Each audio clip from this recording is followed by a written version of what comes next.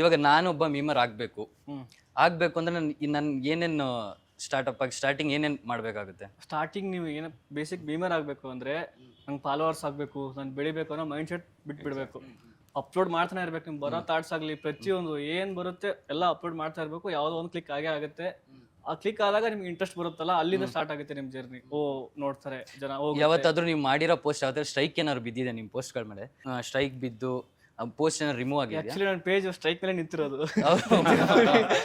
ನಂದು actually basically song page ಅಲ್ವಾ, song page ಆದಾಗ ಎಲ್ಲ ಕಾಪೇಟ್ ಹಾಕಿ ಹಾಕ್ತಾರೆ, ಇವ್ನು ನನ್ನ ಕಡೆ ಯೂಸ್ ಮಾಡಿ ಮಾಡ್ತಾನೆ, ಇವ್ನದೇನು ಅನ್ನೋ ಥರ. ಓಕೆ. ನನ್ನ ಪೇಜ್ ಅಲ್ಲಿ ಸ್ಟ್ರೈಕ್ಸ್ ಅಂತ ನನಗೆ ಅಫಿಷಿಯಲ್ ಆಗಿ ಯಾವುದು ಬಂದಿಲ್ಲ. ನನಗೆ ಮೀಮರ್ಸ್ ಕಡೆಯಿಂದಲೇ ಸ್ಟ್ರೈಕ್ಸ್ ಬರುತ್ತೆ.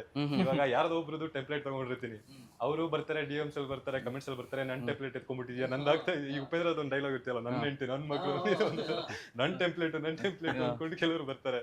ಸೊ ನಾನು ಅವ್ರದ್ದು ಪೇಜ್ ಎತ್ಬಿಟ್ಟು ನೋಡಿದ್ರೆ ಅವರೇ ಹಿಂದಿ, ತಮಿಳು, ತೆಲುಗು ಮೀಮ್ಸ್ ಅವ್ರದ್ದು ಕಾಪಿ ಮಾಡ್ಬಿಟ್ಟು ಅವ್ರ ಪೇಜ್ ಅಲ್ಲಿ ಹಾಕ್ತಾ ಇರ್ತಾರೆ.